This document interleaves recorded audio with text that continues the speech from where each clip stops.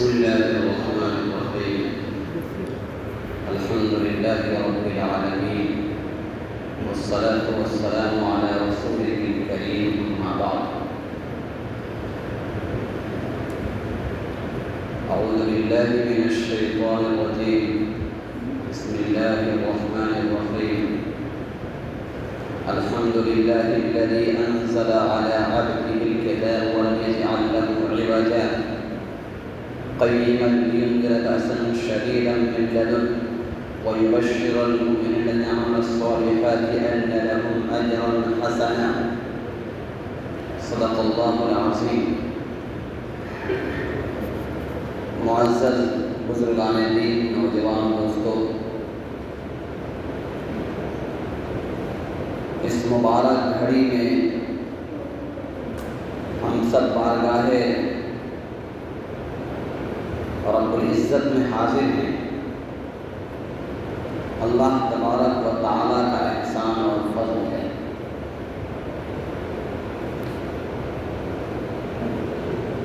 بزرگوں اور دوستوں، فتنوں کا دور چل رہا ہے. قیامت سے قریب اور بڑے بڑے فتنے سے ابھاریں گے.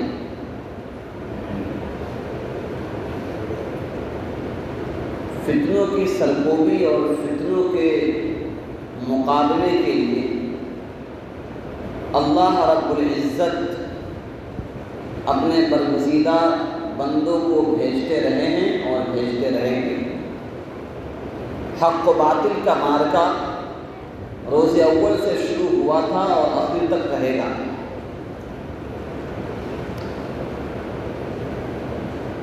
ان تمام فتنوں میں ایک بڑا فتنہ ختم نبوت پر ڈاکہ زنی ہے. ختم نبوت ہمارے عقیدے کا وہ اٹوٹ حصہ ہے جس میں تھوڑی بہت بھی کمی ہونے سے انسان ایمان سے محروم ہو جاتا ہے. غیر مسلم یا اسلام سے پھرنے کے لیے نام، گھر، خاندان، علاقہ بدلنے کی ضرورت نہیں ہے. باپ، ماں اور دادا دادی کے نام بدلنے کی ضرورت نہیں ہے. آپ کے ایمان کے اونچکے، جیسا کہ میں نے گزشتہ ہفتہ کہا تھا، کہ جب آپ کے ایمان کو چھینیں گے تو آپ کی پہچان نہیں چھینیں گے. آپ اپنے نام سے ہی باقی رہیں گے، اپنے ماں باپ کے نام سے ہی باقی رہیں گے، اسی بستی میں باقی رہیں گے، اسی مسجد میں نماز پڑھیں گے، اسی عیدگاہ میں نماز پڑھیں گے، ساتھ میں سویہ بھی کھا لیں گے. لیکن عقیدہ ختم نبوت میں اگر تھوڑی بھی کمی آ گئی تو ایمان سے محروم ہو کر ابدی جہنم میں جلنے والے بن جائیں گے. اسی کی ایک کڑی، ختم نبوت کی ایک کڑی حضرت مہدی رضی اللہ تعالی عنہ کا عقیدہ بھی ہے. مہدی کون ہوں گے، کب آئیں گے، کیا نام ہوگا، کس خاندان سے ہوں گے، کہاں پیدا ہوں گے، کس نسل سے ہوں گے، پوری تفصیل گزشتہ ہفتہ آپ کو بتایا گیا. لیکن افسوس یہ ہے 1 بجنے والے ہیں. اگر یہاں پر بیان کرنے کے لیے 45 سے 2 منٹ بھی تاخیر ہو جائے تو سب کی نگاہ پیچھے اٹھتی ہے، امام صاحب نے دیر کر دیا. امام صاحب دیوار کو سنائیں گے، کس کو سنائیں گے اور کیوں ہوتا ہے؟ بیان ضروری نہیں ہے. اس سے بہتر ہے کہ بیان ہی نہ ہو، اذان ہو، جمعہ پڑھے، گھر چلے گئے، بات ختم ہو گیا. بولنے کا مقصد ہوتا ہے کچھ لوگ سننے والے ہوں. اور یہ اہم مسائل ہیں، عقیدے سے متعلق مسئلے ہیں. آدھی بات انسان سنے گا، آدھی نہیں سنے گا، کچھ پڑھنا نہیں پڑے گا اس کو. گزشتہ ہفتہ اعلان بھی کیا گیا کہ مہدی کے بعد اب دجال کے متعلق تفصیل سے بات ہوگی.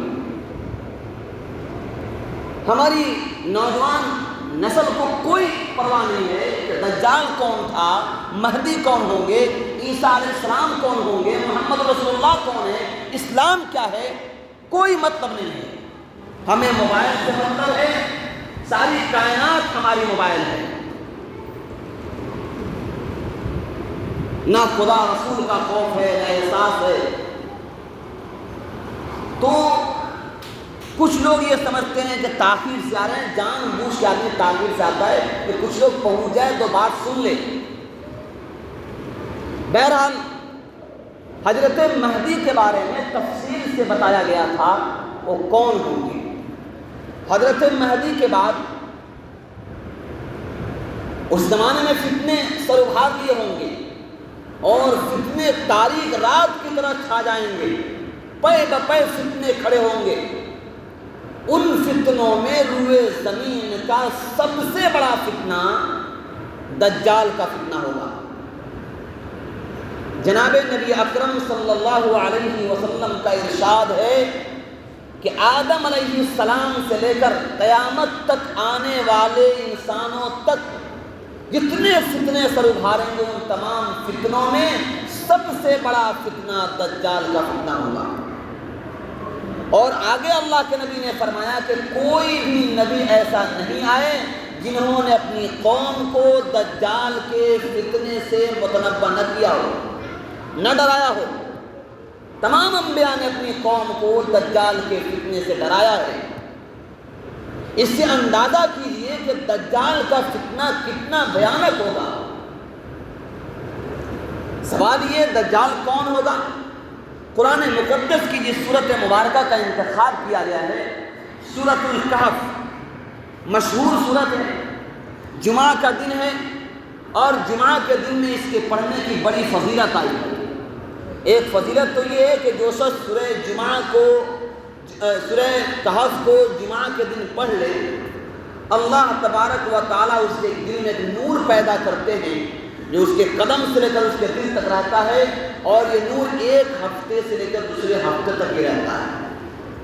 نور کا مطلب کیا ہے؟ قرآن مقدس کے ذریعے سے آنے والا نور ہمارے دلوں میں سرور پیدا کرتا ہے، سکون فراہم کرتا ہے، ہم کو گھبراہٹ سے، بے چینی سے، حالات سے، مشکلات سے، فتنوں سے بچاتا ہے. ایسا نور پیدا ہوتا ہے. ایک حدیث میں آتا ہے کہ جناب نبی اکرم صلی اللہ علیہ وسلم نے فرمایا کہ جو کوئی میرا امتی سورہ کہف کی 10 آیتیں پڑھ لے گا، ایک روایت میں شروع کی آیت، ایک روایت میں آخر کی آیت، ایک روایت میں کہ دونوں آیت پڑھ لے گا، وہ فتنوں کے زمانے میں محفوظ رہے گا. بیمار کو ڈاکٹر بول دے آپ کڑی کے پتے کھائیں آپ کا لیور ٹھیک ہو جائے گا، آپ آم کے پتے چبائیں آپ کا دانت ٹھیک ہو جائے گا، آپ فلاں چیز کا جڑ ابال کے پئیں آپ کا فلاں ٹھیک ہو جائے گا، تو تمام مشکلات کے باوجود اس کی تلاش شروع ہو جاتی ہے اور اس کو استعمال کرنے کے لیے انسان آنکھ بند کر کے شروع کرتا ہے. ہمارے آقا جناب نبی اکرم صلی اللہ علیہ وسلم نے ہمیں فتنوں کے دور سے بچنے کے لیے جو میڈیسن دیے ہیں، جو دوائیاں دی ہیں، اس کو استعمال کرنے کی کسی کو فکر نہیں. یہ دوائیں ہیں کہ ان فتنوں میں اگر کوئی باقی رہتا ہے تو بچے گا کیسے. اللہ کے نبی نے ایک طریقہ بتایا کہ جو سورہ کہف کی 10 آیتیں تلاوت کرے گا دجال کے فتنے سے محفوظ رہے گا. کتنے لوگوں کو یاد ہے 10 آیتیں؟ انتہائی درجے کی بے شرمی کہہ لیجئے یا غفلت کہہ لیجئے کہ احساس تک نہیں ہے کہ ہمارے آقا علیہ السلام نے ہمیں کن کن چیزوں کو استعمال کرنے کا حکم دیا ہے اور کن سے بچنے کا حکم دیا ہے. الغرض دجال کا مسئلہ ایک بڑا تفصیل طلب مسئلہ ہے. وہ کیا ہوگا، کیسے ہوگا، پوری بات انشاءاللہ مختصر وقت میں بتاؤں گا انشاءاللہ آپ کو. دجال کا معنی کیا ہوتا ہے؟ دجال ڈکشنری کے اعتبار سے اس کا معنی جو ہے کذاب، جھوٹا، فریبی، خلط ملط کرنے والا معنی آتا ہے اس کا. دجال کیا پیدا ہو چکا ہے یا پیدا ہوگا؟ جناب نبی اکرم صلی اللہ علیہ وسلم کے روایت فرمان کے حساب سے دجال پیدا ہو چکا ہے۔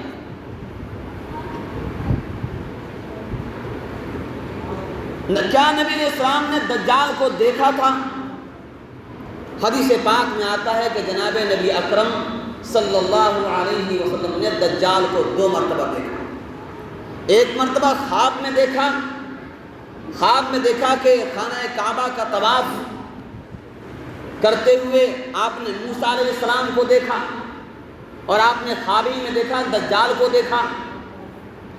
ایک مرتبہ شب معراج کے واقعے میں دیکھا، جب آپ معراج پہ گئے تھے تو وہاں بھی آپ علیہ السلام نے حضرت عیسیٰ علیہ السلام، حضرت موسیٰ علیہ السلام کو دیکھا اور دجال کو دیکھا۔ دجال کون ہوگا؟ کیا اس کی شکل و صورت ہوگی؟ اس بارے میں لکھا ہے کہ دجال انسانی ہوگا، جنات نہیں ہوگا۔ انتہائی پستہ قد، انتہائی موٹا، بالکل سرخ، اور اس کی آنکھ ایک بالکل سپاٹ ہوگی، اور ایک آنکھ سے کانا ہوگا، جو آنکھ ابری ہوئی انگور، جیسے لٹکے ہوئے انگور ہوتے ہیں، اس سے اس کی آنکھ ابری ہوئی ہوگی، اور دونوں آنکھوں کے درمیان اس کے پیشانی پہ لکھا ہوگا کافارا، کفر، کافر لکھا ہوگا، جس کو ہر پڑھا لکھا اور ہر جاہل پڑھ لے گا۔ اللہ تعالیٰ انسانوں کو یہ صلاحیت دیں گے کہ جو پڑھا لکھا ہوگا وہ بھی اس کو دیکھ کے پڑھ لے گا، جو پڑھا لکھا نہیں ہوگا اس کو بھی اس کو دیکھ کے پڑھ لے گا۔ یہ اس کی شکل و صورت ہوگی۔ کیا دجال کی شادی ہوگی، اس کی اولاد ہوگی؟ دجال کو اولاد نہیں ہوگی۔ اس کے بعد لکھا ہے دجال کا لقب کیا ہوگا؟ دجال کا لقب حدیث پاک میں آتا ہے مسیح ہوگا، مسیح الدجال، مسیح کا نام ہوگا، اس کا لقب ہوگا۔ کہاں سے نکلے گا؟ دجال جب پیدا ہو چکا ہے تو کہاں قید ہے، کہاں سے نکلے گا؟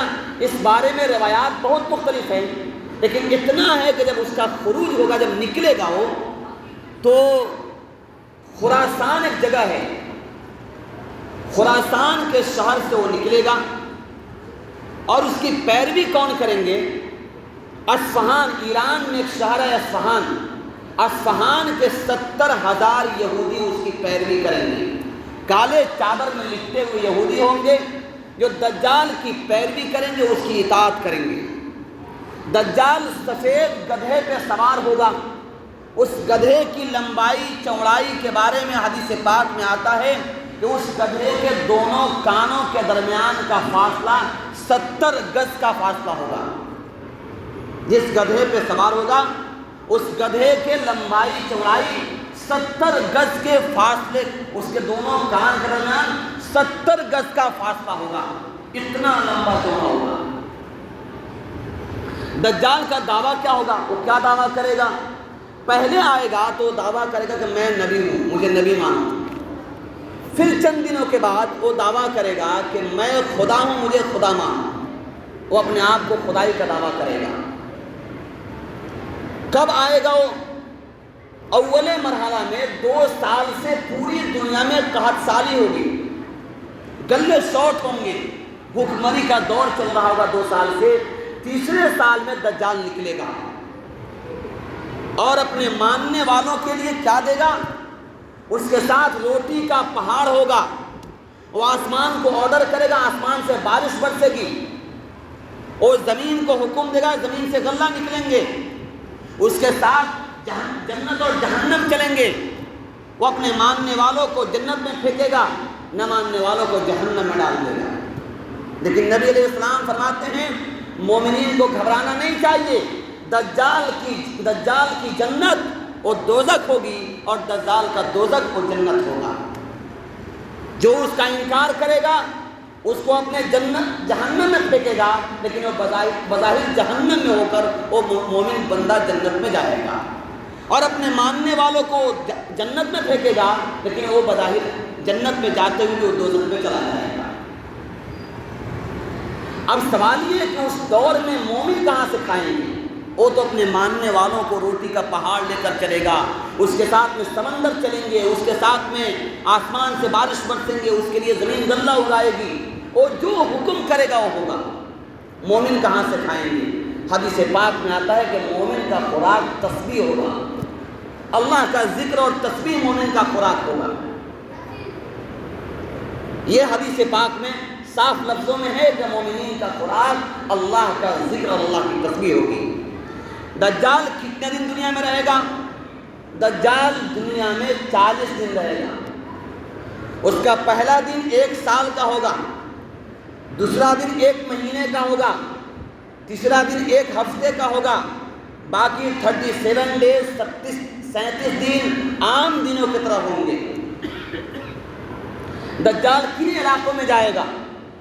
حدیث پاک میں آتا ہے جناب نبی اکرم صلی اللہ علیہ وسلم نے ارشاد فرمایا کہ دجال مکہ مکرمہ اور مدینہ منورہ چھوڑ کر پوری دنیا میں چکر لگا لے گا، پوری دنیا میں جائے گا۔ وہ سوال صحابہ نے کیا کہ دجال مکہ مکرمہ اور مدینہ منورہ میں داخل کیوں نہیں ہو پائے گا؟ نبی علیہ السلام نے ارشاد فرمایا اللہ تعالیٰ نے 70,000 فرشتے مکہ مکرمہ اور مدینہ منورہ کے علاقے میں پھیلا دیں گے جو اس کو روکیں گے داخل ہونے سے، اور پہنچنے کی کوشش کرے گا لیکن وہ داخل نہیں ہو پائے گا۔ بہرحال یہ موٹی موٹی باتیں احادیث میں آئی ہیں، واقعات تو بہت لمبی ہیں، یہ موٹی موٹی باتیں حدیث میں آئی ہیں کہ دجال کی یہ صورتحال ہوگی۔ سوال یہ ہے کہ اللہ تعالیٰ نے اس کو اتنا پاور دے دیا ہے تو کیا وہ پاور کی وجہ سے ایسا کرے گا؟ دیکھیے ذرا غور کیجئے، تھوڑا بیٹھ جائیے آپ۔ اللہ رب العزت نے اپنے بندوں کو بہت سے نعمتوں سے نوازا، بعض انسانوں کو پیغمبری کے لیے چنا، اور تقریباً 1,24,000 پیغمبر اللہ نے بنائے۔ ہر پیغمبر کو اللہ تعالیٰ نے کچھ معجزے دیے۔ جیسے دجال کا ایک فتنہ ہوگا کہ وہ کوڑی کو، جس کو کوڑ کا مرض ہوگا، پھونکے گا اور بالکل ٹھیک ہو جائے گا۔ ایک آدمی کو بیچوں بیچ چیر دے گا، پھر ملا دے گا، پھر وہ زندہ ہو جائے گا۔ ایک مردہ کو پھونک مارے گا، وہ زندہ ہو کے کھڑا ہو جائے گا۔ اس کا ایک فتنہ یہ بھی ہوگا کہ ایک آدمی کو بلائے گا، کہے گا اپنے مرنے والے آدمی سے ملنا چاہتے ہو، تو 2 شیطان کو زندہ کرے گا، 2 شیطان کو کھڑا کرے گا جو اس کے ماں باپ کے شکل میں زندہ ہو کر آئیں گے اور کہیں گے میرے بیٹے دجال کو خدا مان لو، یہی خدا ہے۔ اتنا بھیانک فتنہ ہوگا اس کا۔ اللہ تعالیٰ نے اپنے پیغمبروں کو بھی بہت سی ایسی قدرتیں عطا فرمائی ہیں جو عام انسانوں کی سمجھ سے باہر ہیں۔ حضرت عیسیٰ علیہ السلام مردے کو زندہ کرتے تھے پھونک کر، کوڑی کے بدن پہ ہاتھ پھیرتے وہ شفایاب ہو جاتا۔ ہمارے آقا علیہ السلام نے چاند کو انگلی دکھائی تو ٹکڑا ہو گیا۔ آپ نے برتن میں اپنا انگلی ڈالا، پانی سے بھر گیا۔ آپ نے لعاب مبارک کنویں میں ڈال دیا، کبھی پانی خشک نہیں ہوا۔ کھارے پانی میں ڈالا، وہ میٹھا ہو گیا۔ نبی علیہ السلام نے تھوڑے سے آٹے پر اپنا ہاتھ ڈال دیا، وہ کھانے سے سینکڑوں لوگوں کا پیٹ بھر گیا۔ یہ سب معجزات دیے۔ موسیٰ علیہ السلام کو اللہ نے معجزہ دیا، اپنے ہاتھ کو بغل میں ڈالتے، باہر نکالتے، اور مارکری کے مانند روشن ہو جاتا تھا۔ موسیٰ علیہ السلام کو جو عصا اور لاٹھی دیا گیا، وہ زمین پر مارتے وہ اژدہا بن جاتا۔ ایسا اژدہا بنتا کہ پورا فرعون کا جو محل تھا اس کے اوپر اس کا ایک جبڑا، اس کے نیچے اس کا ایک جبڑا، اتنا بھیانک اژدہا بن جاتا۔ اسی لاٹھی سے دریائے نیل پہ مارا، 12 راستے بن گئے۔ اسی لاٹھی سے آپ نے صخرہ پتھر پہ مارا، 12 قسمیں پھوٹ پڑے۔ اللہ نے یہ معجزے دیے، کیا کسی انسان سے ممکن ہے؟ اسی طرح سے اللہ نے سلیمان علیہ السلام کو ایسی بادشاہ ایسی نبوت عطا فرمائی کہ وہ ہواؤں پر سفر کرتے تھے، وہ چڑیوں کی بات سمجھتے تھے، چیٹی کی بات سنتے تھے، جانوروں کی بات سمجھتے تھے، پوری دنیا میں حکومت تھی۔ تو اللہ رب العزت اپنے بندوں کو اپنی نعمتوں سے نوازتے ہیں۔ حضرت سلیمان علیہ السلام نے اپنی نعمت کے بارے میں خود ہی فرمایا کہ اللہ تعالیٰ نے مجھے نعمت عطا فرمایا، اب میں شکر گزار بنتا ہوں یا ناشکرہ بنتا ہوں میرے اوپر ہے۔ اسی طرح سے اللہ نے دجال کو بھی کچھ قدرت دیے، لیکن یہ ناشکرہ بن گیا۔ اللہ کی نعمت کی ناقدری کر کے اللہ کی مخلوق کو مس گائیڈ کرے گا، اللہ کی مخلوق کو اللہ کے خلاف کھڑا کرے گا، اور اللہ کی نعمت کا ناشکری بن کے ابد الآباد تک جہنم میں چلا جائے گا۔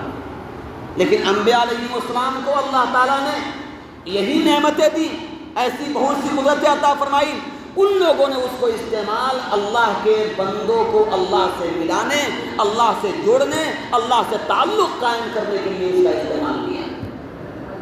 تو نعمت کا مل جانا یا اس کو اس طرح کی قدرت مل جانا، اس کا مطلب نہیں ہے کہ اس کو اسی کے لیے پیدا کیا گیا اور اس نے اس نعمت کا غلط استعمال کر کے اپنے آپ کو خدا کا باغی بنا لے گا، جیسا کہ شیطان مردود یہ جنت میں سردار تھا، اللہ کی نافرمانی کر کے مردود ہو گیا اور قیامت تک یہ لعین و مردود رہے گا اور جہنم میں جلے گا۔ ایسی طرح سے دجال بھی اللہ کی نعمت تو اس کو ملی، لیکن اس نعمت کو پا کر وہ اللہ کا مردود ہوگا اور اللہ کے بندوں کو گمراہی کے راستے پر لانے کی کوشش کرے گا۔ میرے بھائیوں، اس طرح کی ایک فتنہ نہیں ہوں گی، ہزاروں ہزار فتنے ہوں گے، لیکن یہ فتنہ اتنا بھیانک ہوگا، حکمرانی کا دور ہوگا، لوگوں کے پاس ایک لقمہ کھانے کے لیے نہیں ہوگا، اور ایک آدمی ایسا ہو جس کے ساتھ میں روٹی کا پہاڑ چل رہا ہو، جنت اور جہنم ساتھ میں ہو، بارش بولے تو آسمان سے بارش برسے، زمین کو حکم دے تو غلہ اگائے، مرے ہوئے باپ دادا کو زندہ کر کے آپ سے بات کروا دے، ہم میں سے کون بندہ ہوگا جو اپنے ایمان کو محفوظ رکھ پائے گا؟ چنانچہ حدیث پاک میں ہے، صحابہ اکرام نے پوچھا اللہ کے نبی جب دجال نکل جائے تو ہمارا کام کیا ہوگا؟ اللہ کے نبی نے کہا اس کے سامنے ہونے سے بچنا، اس کے سامنے جانے سے بچنا، ورنہ دل میں تردد پیدا ہو جائے گا، شک پیدا ہو جائے گا کہ کیا واقعی نعوذ باللہ یہی تو خدا نہیں ہے؟ اس کو اتنی قدرت مل گئی ہے۔ اس سے پتہ چلتا ہے کہ انسان اپنے قوا اور اپنے بناوٹی صحت کے اعتبار سے، اپنے سسٹم کے اعتبار سے انتہائی ضعیف و کمزور ہے۔ اس لیے ایسے دور میں اللہ کے نبی نے کہا کہ مومنوں کو بچ کے رہنا چاہیے۔ پھر اللہ کے نبی سے پوچھا گیا مومن کہاں رہیں گے؟ حدیث پاک میں آتا ہے مومن پہاڑوں پہ رہیں گے۔ الغرض میرے بھائیو وقت ہو گیا، آپ سب لوگ گھڑی دیکھنا شروع کر دیں گے۔ اس مختصر سے وقت میں لمبی تفصیل نہیں کر سکتے ہیں، اس لیے ہم نے نوٹ کیا تھا، مختصر سوالات اور جوابات کی شکل میں آپ کے سامنے بیان کیا۔ یہ شکل ہوگی، اس طرح کے فتنے آئیں گے، اس فتنے کی سرکوبی کے لیے اللہ رب العزت اپنے ایک برگزیدہ بندہ حضرت عیسیٰ علیہ السلام جو دنیا سے زندہ اٹھا لیے گئے تھے۔ ہم میں سے کتنے بچوں کو معلوم ہے کہ عیسیٰ علیہ السلام دنیا سے زندہ آسمان اٹھائے گئے تھے؟ سچ میں جس کو معلوم وہاں اٹھائیں گے۔ ہم میں سے کتنے لوگوں کو معلوم ہے کہ عیسیٰ علیہ السلام دنیا سے زندہ اٹھا لیے گئے تھے؟ 10 لوگ 20 لوگ نام ہاتھ اٹھائے ہیں۔ سوچئے 200 میں سے 10-15 آدمی کو معلوم ہے کہ عیسیٰ علیہ السلام کو دنیا سے زندہ اٹھا لیا گیا تھا، اور قیامت کے قریب اللہ تعالیٰ ان کو پھر دوبارہ دنیا میں آسمان سے اتاریں گے، اور بیت المقدس میں وہاں پر ان کے گنبد پر اتریں گے، اس شکل میں اتریں گے کہ آپ کے گھنگریالے بالوں سے موتی کی طرح پانی ٹپک رہے ہوں گے، 2 فرشتوں کے کندھے پہ ہاتھ رکھ کے اتریں گے، اور اس اتریں گے حضرت مہدی کے لیے اقامت کہہ دی گئی ہوگی، نماز پڑھانے کے لیے مصلی پہ کھڑے ہو گئے ہوں گے، جو ہی نگاہ پڑے گی عیسیٰ علیہ السلام آ چکے ہیں، آپ پیچھے ہوں گے، عیسیٰ علیہ السلام کہیں گے کہ نہیں آپ پڑھائیے، کیونکہ آپ کے لیے اقامت کہی گئی ہے، آپ بھی نماز پڑھائیے۔ اس کے بعد سے عیسیٰ علیہ السلام نماز پڑھائیں گے۔ اس میں ایک بات نہیں بتا دی گئی ہے کہ عیسیٰ علیہ السلام پیغمبر ہو کر نہیں آئیں گے، امتی ہو کر آئیں گے، کیونکہ پیغمبر امتی کے پیچھے نماز نہیں پڑھ سکتا ہے۔ اللہ تعالیٰ ان کو یہ امتی بنا کر بھیجیں گے دنیا میں۔ میرے بھائیوں، میرے نوجوانوں، ہم کس دنیا میں گھوم رہے ہیں؟